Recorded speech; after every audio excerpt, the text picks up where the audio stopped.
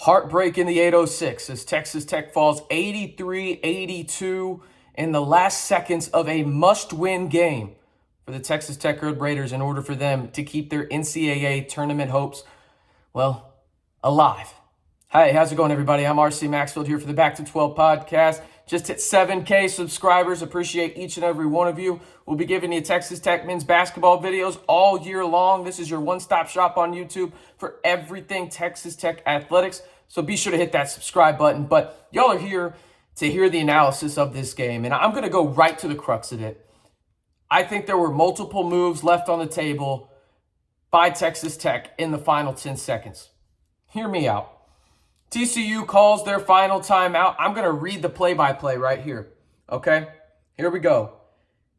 Devion Harmon makes a layup with 12 seconds left. Pop Isaacs commits a foul with 7. TCU then calls a timeout, all right? 4 seconds after that, Fardaws commits a shooting foul on Jacoby Coles of TCU.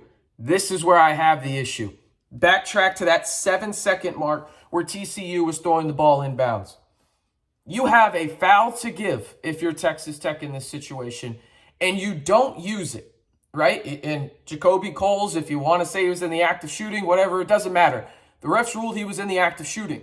If you had a foul to give if you were Texas Tech, as long as they weren't in the shooting motion, use it. Make TCU have a more difficult time.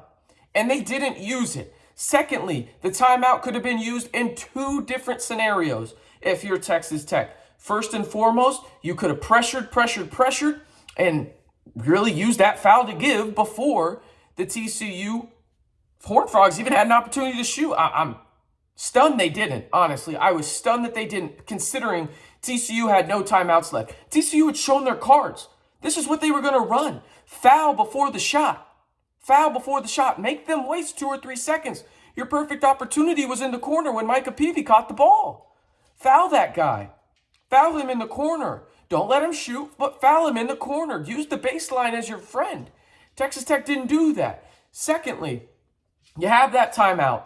Okay, TCU makes those free throws. Why are you not using it?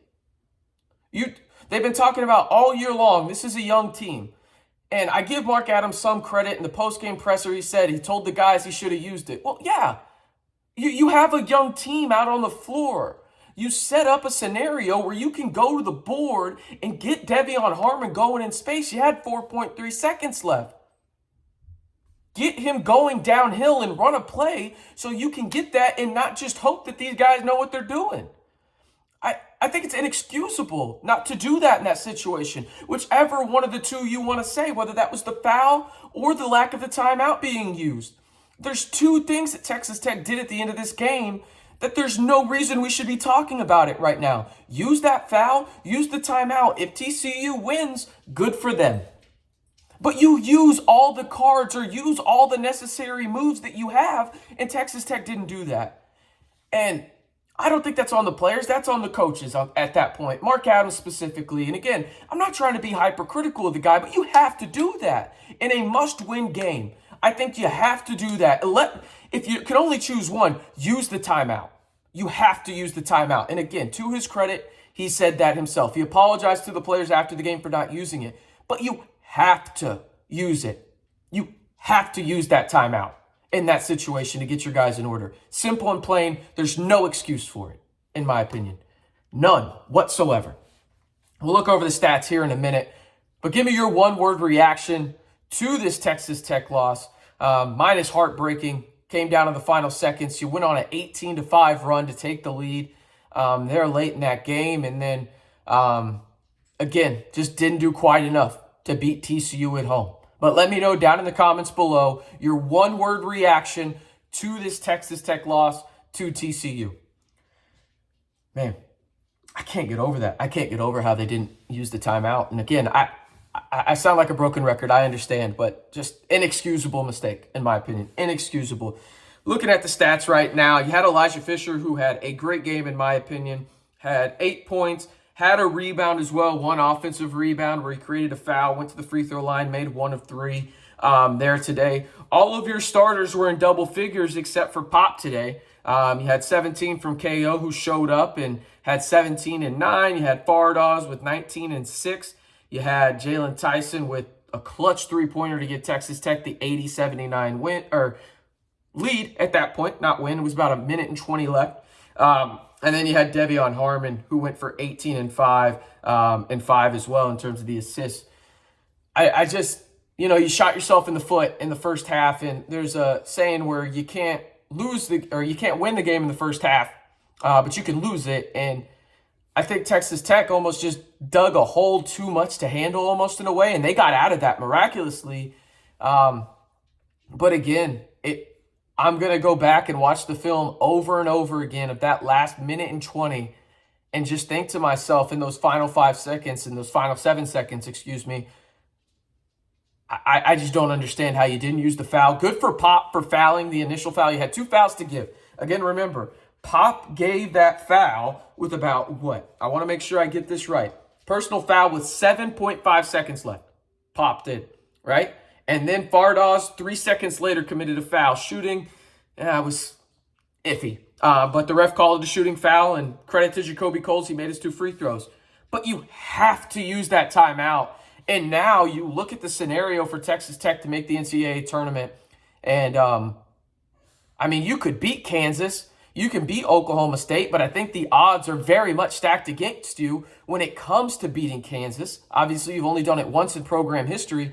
I think you have to make a ton of noise up in Kansas City, if not damn near win the whole thing, to get an NCAA tournament bid. And it's crazy because I was talking about this on my Twitter Spaces, and if you haven't followed me over on Twitter, do so at RCMB323, where this season for me is going to be just the what-if season for Texas Tech. It truly is. I think that's what it's going to go down for me as, because what if Texas Tech would have boxed out in Stillwater? What if Texas Tech wouldn't have turned the ball over double-digit times in Fort Worth to begin the season? What if they would have done one little thing right in terms of those final minutes down in Austin to beat Texas? They have 6 games where it really came down to the final possession or two in the Big 12, and let's just say they win half of them. We're talking about Texas Tech being on the 7 line right now, but that's not the scenario that you're in. Best case scenario is obviously you go 7-11. You got to beat Kansas, and you got to beat Oklahoma State. You're probably looking at 6-12 if we're being honest in the Big 12, and I don't think the committee's going to get you in unless you win the Big 12 tournament up in Kansas City, or at least make the championship game and make just absolutely historic run for you guys, because considering last year they made it to the title game, obviously lost to the then national champions a month later in the Kansas Jayhawks. But yeah, man, it's just frustrating. I'm going to keep going back and looking at the lack of the timeout usage, the lack of that final foul to give if you're Texas Tech, just to make things harder on TCU. But at the end of the day, you lost. You're now 5-11 in Big 12 play. Your backs are up against the wall even more. Your odds to make the NCAA tournament are now very, very bleak. If there's a positive, at least OU looks like they're going to beat Iowa State at the time of this recording. And that will make that a quad 1 win up in Norman, and now a quad 2 loss. So you actually get a quad 1 win. Technically, Texas Tech could have got 2 quad 1 wins today.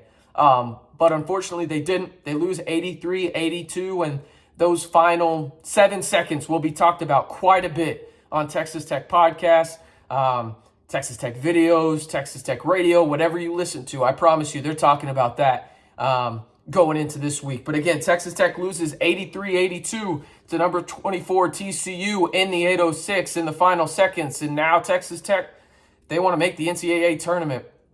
You're going to have to make a ton of noise in Kansas City. I'm RC Maxfield, reminding you for the latest Texas Tech news and rumors all year long. Hit that subscribe button and join the 7,000 strong on the fastest growing Texas Tech community on YouTube, right here on the Back to 12 podcast channel.